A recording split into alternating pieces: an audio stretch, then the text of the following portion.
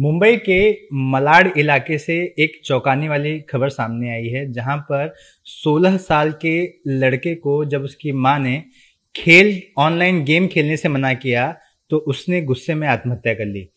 इसी विषय पे बात करने के लिए हमारे साथ जीआरपी कमिश्नर कैसर खालिद सर हैं, उनसे हम पूछेंगे। सर, ये पूरा इंसिडेंट क्या है? ये 15 साल का बच्चा है जो कि पढ़ता था स्कूल में, और जो सुसाइड नोट उसने लिखा है उसमें उसका ऐसा कहना है कि 8 से 10 घंटा मैं तो रोज़ पढ़ता ही हूँ, उसके बावजूद मुझे क्यों डांटा जा रहा है, और मेरी सिस्टर को इंटरनेट का एक्सेस है, मुझे क्यों नहीं है। तो इसीलिए जो है अब मैं मतलब तंग आ गया हूँ और आप लोग मेरे को ढूंढना भी नहीं, और मैं सुसाइड करने जा रहा हूँ। अनफॉर्चुनेटली वो सक्सेसफुल हो गए और एक सबअर्बन ट्रेन के सामने आकर उन्होंने मलाड से जोगेश्वरी के बीच में सुसाइड कर लिया। जब हम लोगों ने इसमें, ये 8 तारीख की बात है, 8 जून की, और जब ये केस हमने रजिस्टर किया, उसके इन्वेस्टिगेशन चालू किया, तो हमें ये पता चला कि डिंडोशी पुलिस स्टेशन मुंबई शहर में इस हवाले से एक मिसिंग दाखिल है, और ये सुसाइड नोट उनके घर पे ही वो छोड़ के गए थे। तो फिर हम लोगों ने जब चीज़ों को लिंक किया तो इससे ये पता लगा कि ये उसी बच्चे का है और उसकी डेड बॉडी आइडेंटिफाई हुई है। और उसमें उन्होंने जो प्रेशर है, एक्सपेक्टेशन है, उसके हवाले से जिक्र किया। और उसके पहले भी उन्होंने 2 या 3 अटेम्प्ट किया था सुसाइड का, ऐसा उन्होंने उसमें लिखा है। तो एसेंशियली ये केस एक एक्सीडेंटल डेथ का है जो हमने वहाँ दाखिल किया है। लेकिन उसके बियॉन्ड एक बड़ा क्वेश्चन इसमें ये आता है कि आज का जो दौर है इसमें हम बच्चों की अपब्रिंगिंग कैसे करें, उनको हैंडल कैसे करें, और उनसे हम कितनी एक्सपेक्टेशन और कैसी एक्सपेक्टेशन रखें। मुझे लगता है कि पेरेंट्स को इस पर विचार करने की ज़रूरत है। और जो आज से 30 साल या जिस दौर में हम लोग पढ़ते थे, उस दौर में जिस हिसाब से बच्चे पाले जाते थे या पल गए, मुझे लगता है कि शायद वो टेक्निक्स और वो मेथडोलॉजीज बहुत इनएडिक्वेट हैं।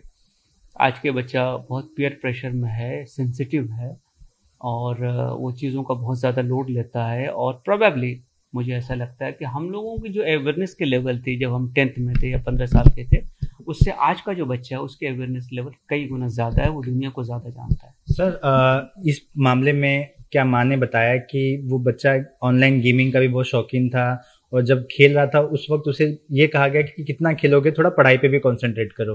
तो ये क्या इंसिडेंट था और ये ऑनलाइन गेमिंग को लेकर जो एडिक्शन है बच्चों का, उसको लेकर क्या कहेंगे? पहले आप ये बताइए कि ये उसकी माँ ने किस तरह से बताया, मतलब गेम खेलने को लेकर बातचीत हुई थी? एसेंशियली वो एक्सेस टू इंटरनेट वहाँ पे इशू है, और पेरेंट्स को बहुत बार ऐसा लगता है कि बच्चा अगर इंटरनेट पे है तो वो एक्चुअली गेम ही खेल रहा है। लेकिन बहुत बार कोर्स मटेरियल के बारे में, पढ़ाई की चीज़ों को भी वो ढूंढता है उस पर। और आज का दौर ऐसा हो गया कि जब से ये ऑनलाइन क्लासेस चालू हुए हैं तो बहुत सारे रिसोर्सेज और मटेरियल वो ऑनलाइन शेयर किए जाते हैं। क्लासेस में भी जो काम होता है वो ऑनलाइन होता है। चूँकि ख़ुद मेरे बच्चे पढ़ रहे थे तो मैंने खुद देखा कि उनके क्लासेस, उनका सारा वर्क जो है वो ऑनलाइन होता था। इस केस में माँ को क्या लगा था?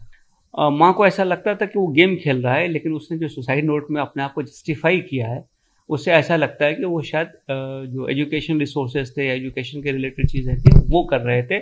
और उनका उस बच्चे का जस्टिफिकेशन आप ये देखिए कि वो ये कह रहा है कि मैं 8 से 10 घंटा तो पढ़ता ही हूँ, उसके बाद जो है कि अगर मैं गेम खेल लेता हूँ तो क्या मुझे उसका राइट नहीं है। तो सर, एक जानना था कि आज की जनरेशन, देखिए कई सारे ऐसे इंसिडेंट हुए। उत्तर भारत से उत्तर प्रदेश से एक ऐसा मामला सामने है कि माँ की हत्या कर दी, गेम नहीं खेलने दिया। तो ऑनलाइन गेमिंग का जो एडिक्शन है, इसको लेकर आप क्या कहेंगे, और परिवार को या और फैमिली को किस तरह से बच्चों को टैकल करना चाहिए ताकि उन्हें गुस्सा भी ना आए और वो बातें भी समझ जाएं? देखिए, एडिक्शन कोई भी हो वो आपको कैप्टिव बना लेता है, आप उससे गुलाम हो जाते हैं। तो ये ऑनलाइन गेमिंग का भी मैटर है, यही इशू ड्रग्स का है।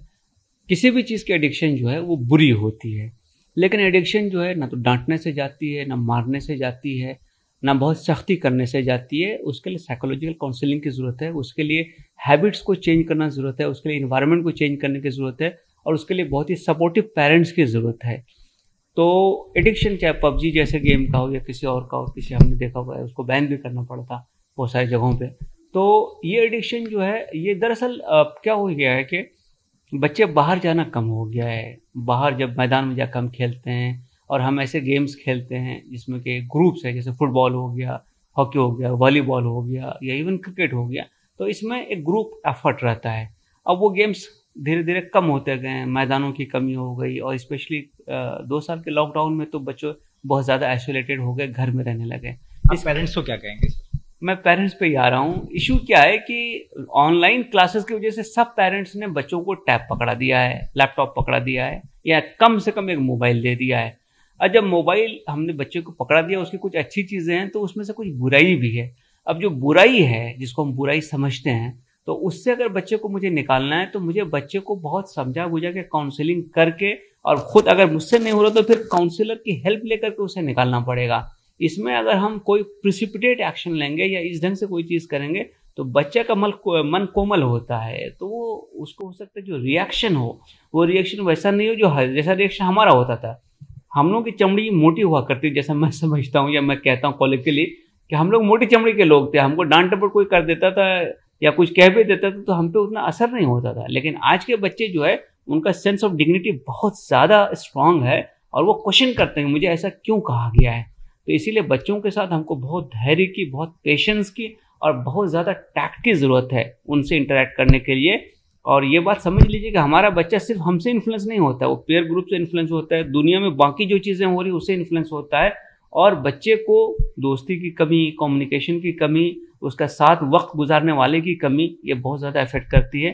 पेरेंट्स काम करते हैं, बहुत वक्त दे नहीं सकते, घर में लोग, अब चूँकि हमारी जो जॉइंट फैमिलीज़ है वो टूटती जा रही है, घर में बच्चा अकेला रहता है, ऐसे चीज़ों में उनका एडिक्शन में पड़ना एक आप ये समझिए कि बहुत कॉमन है।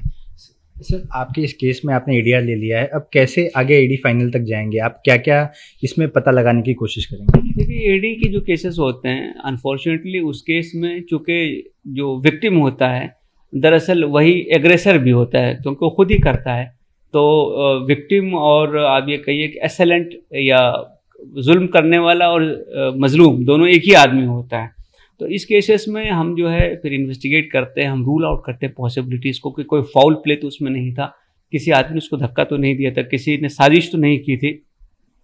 और हम सारी पॉसिबिलिटीज़ को अगर रूल आउट हो जाए तो फिर उससे एक लर्निंग ही आती है। हम केस फिर क्लोज करते हैं और ऐसा कोर्ट में हम रिपोर्ट देते हैं कि इस केस में कुछ डाउटफुल नहीं मिला। लेकिन ये जो केस अब जिसके मोबाइल पे स्कैन करेंगे बच्चे का कि आखिर वो कौन सा खेल खेलता था, क्या वो एग्रेसिव था, क्या वो जो पेरेंट का मानना है कि वो गेम ही खेल रहा था या स्टडी कर रहा था, तो इस तरह की एनालिसिस भी आप करेंगे? ज़रूर हम करेंगे, लेकिन उसका सुसाइड नोट में उसने ये लिखा कि वो 3री क्लास में था तब उसने पहला अटेम्प्ट किया था सुसाइड का। और अब आप समझिए 3री क्लास का मतलब है कि 7-8 साल का बच्चा होता है। और उसके बाद फिर उसने एक बार अपने आप को चाकू से जख्मी किया और फिर ये लास्ट ये थे, ये 3 तो उसने सुसाइड नोट में लिखा है। तो ऐसे केसेस में जब कोई बच्चा बहुत ज़्यादा सेंसिटिव है और वो प्रोन है इस किस्म का एक्शन लेने के लिए, तो वहाँ पे साइकेट्रिस्ट का ट्रीटमेंट और साइकोलॉजिकल काउंसलिंग मुझे लगता है कि ये बहुत इंपॉर्टेंट चीज़ है। Thank you sir. तो हमारे साथ कैसर खालिद सर थे जो बता रहे थे इस पूरे इंसिडेंट के बारे में और आखिर पेरेंट्स ने क्या करना चाहिए ताकि उनके बच्चे इस तरह का एग्रेसिव स्टेप न लें। कैमरामैन अनूप रस्तोगी के साथ सूरज ओझा, एबीपी न्यूज़, मुंबई।